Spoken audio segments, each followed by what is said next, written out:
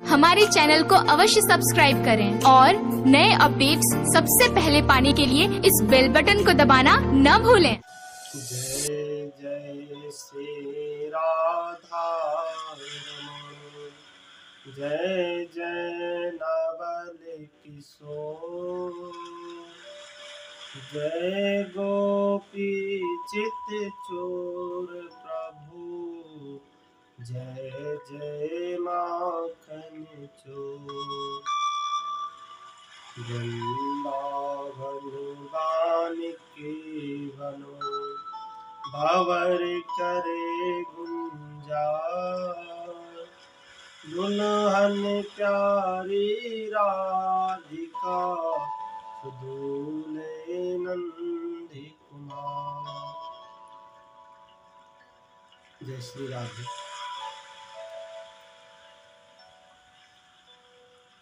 आज हम चर्चा करेंगे कि जो व्यक्ति श्री धाम से वंचित है और ब्रजवास प्राप्त करना चाहता है तो वह क्या करे, उसे ब्रजवास वृंदावन का वास किस प्रकार से प्राप्त होगा।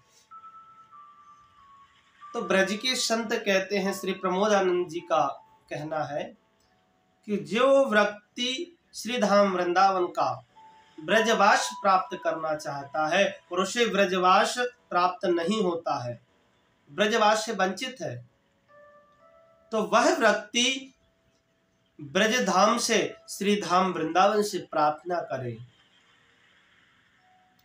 ब्रज के संतों से प्रार्थना करे, ब्रज के ब्रजवासियों से प्रार्थना करे, ब्रज के ब्राह्मणों से प्रार्थना करे और ब्रज की जो अधिष्ठात्री देवी वृषभानंदिनी श्री किशोरी जी हैं, श्री राधा रानी हैं, श्री बांके बिहारी जी हैं, उनसे प्रार्थना करें कि हे श्री जी, हमें ब्रज का वास कब प्राप्त होगा, हम पर भी कृपा करें, हम पर भी आशीर्वाद दें कि हमें आपके घर का वास प्राप्त हो, आपके महल का वास प्राप्त हो, आपके धाम का वास प्राप्त हो, ऐसी कृपा हम पर करें। और बार बार जो व्यक्ति इस प्रकार के धाम से, धाम की अधिष्ठात्री प्रिया प्रीतम श्री बांके बिहारी श्री राधा रानी से प्रार्थना करता है कि उसे ब्रज का वास प्राप्त हो, धाम का वास प्राप्त हो, धाम से ऐसी प्रार्थना करता है तो उसे एक ना एक दिन ब्रज का वास प्राप्त होता है। चाहे किसी भी प्रकार से ब्रज का वास प्राप्त होगा। चाहे ब्रजवास प्राप्त करने के लिए उसके जीवन में प्रतिकूल परिस्थिति आए, चाहे अनुकूल परिस्थिति आए, लेकिन परिस्थिति कोई भी आए, लेकिन एक ना एक दिन ठाकुर जी श्री राधा रानी उस भक्ति की, उस प्रेमी की वाणी को सुनते हैं, उसकी वाणी को सुनकर के ब्रज का वास प्रदान करते हैं। धाम स्वयं उस व्यक्ति को अपने धाम का वासी बनाता है, अपने धाम में स्थान प्राप्त कराता है।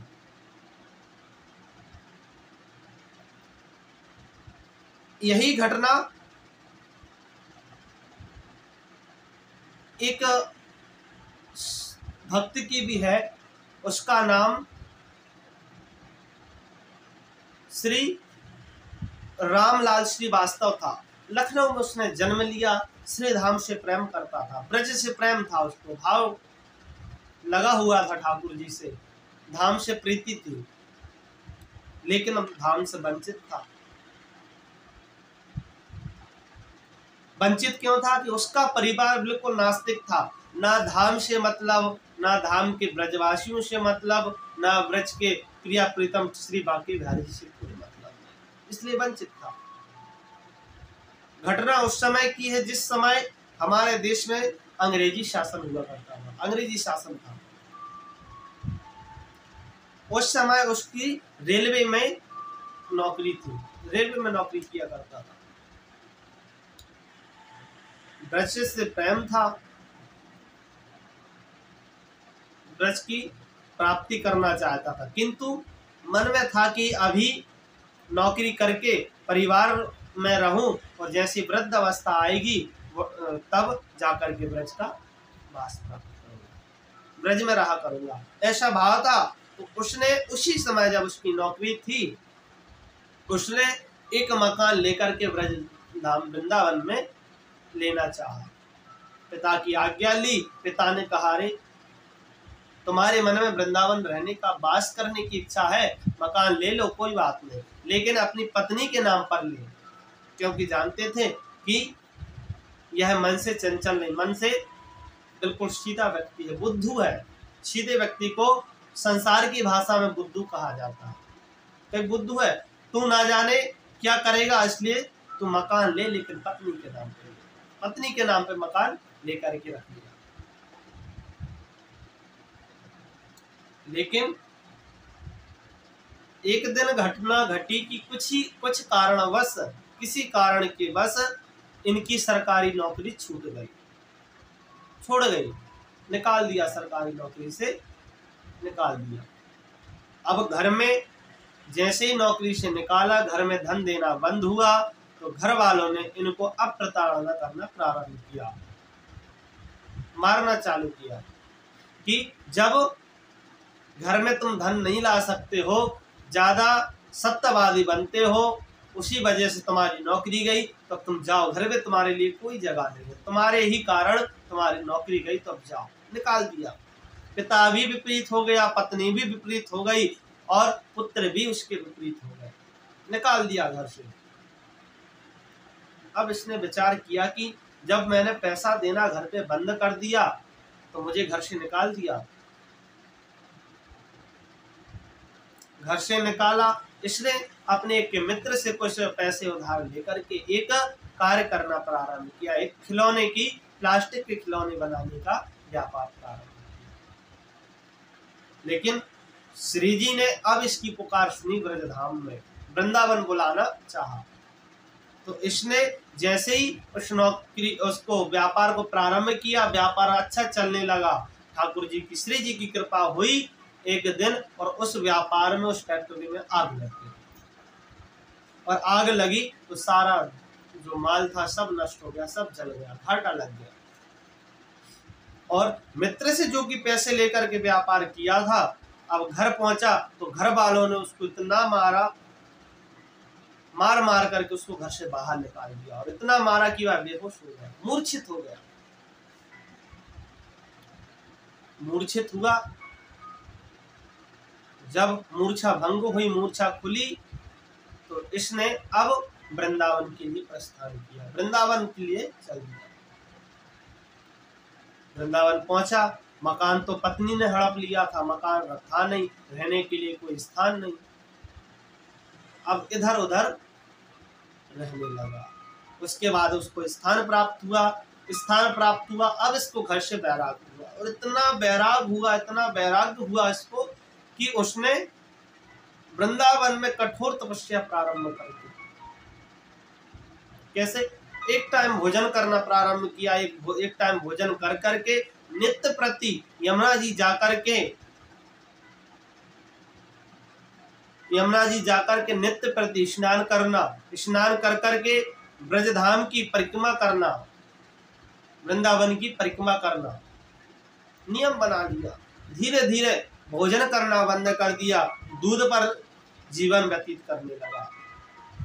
कुछ समय व्यतीत हुआ, दूध भी बंद कर दिया, भगवान का चरणामृत लेकर के जीवन को आगे बढ़ाने लगा। लेकिन नियम एक ही कि हर दिन कोई सा भी हो, सर्दी हो, बारिश हो, कोई सा मौसम हो, यमुना जी में नित्य प्रति स्नान करना, वृंदावन की परिक्रमा करना, संतों का दर्शन करना। फिर समय आया कि शरीर त्यागने का समय आया। गीता जयंती का सुंदर अवसर था, सुंदर तिथि थी, और शरीर छूटने वाला था। और जैसे शरीर छूटने वाला था, कुछ ब्रजवासी पास में आकर के बोले कि तुम्हारी आखिरी इच्छा क्या है, क्या चाहते हो? तब उस भक्त ने कहा, श्रीवास्तव जी ने कहा कि मेरे शरीर को ब्रज के बाहर का व्यक्ति स्पर्श भी ना करे, मेरे शरीर को स्पर्श अगर करे तो ब्रजवासी ही इस शरीर को स्पर्श करे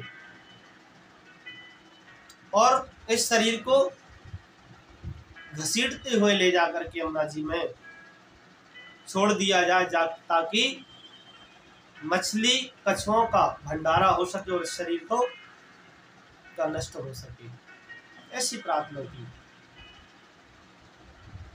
जीवन पर्यंत वृंदावन से बाहर, ब्रज धाम से बाहर नहीं गए और जब शरीर पूरा हुआ तो शरीर का भी दान कर दिया। इतना वैराग्य प्राप्त हुआ। कहने का तात्पर्य है कि अगर मन में भाव हो और वृंदावन जाने की इच्छा हो तो धाम से प्रार्थना करनी ही चाहिए। कभी न कभी इन्होंने भी श्री राधा रानी से करुण पुकार करते हुए, रोते हुए ब्रजवास मांगा होगा, वृंदावन का वास मांगा होगा और परिस्थिति प्रतिकूल आई, लेकिन प्रतिकूल आने के बाद ब्रज का वास मिला, वास जरूर मिला। जो व्यक्ति ब्रज में रहना चाहता है, ब्रज का वास प्राप्त करना चाहता है, वह करुण होकर के हृदय से श्री ठाकुर जी से प्रार्थना करे, श्री वृषभानंदिनी किशोरी जी से प्रार्थना करे कि आपके धाम में, ब्रज धाम में उसे वास प्राप्त अवश्य प्राप्त होगा, चाहे समय कितना भी क्यों न लगे। हो सकता है कुछ समय लगे, कुछ हो सकता है कुछ महीने लगे, हो सकता है कुछ वर्ष लगे, लेकिन ब्रजवास अवश्य प्राप्त होगा। ऐसी कई घटनाएं हमने भी अपने जीवन में देखी है, सामने आई है।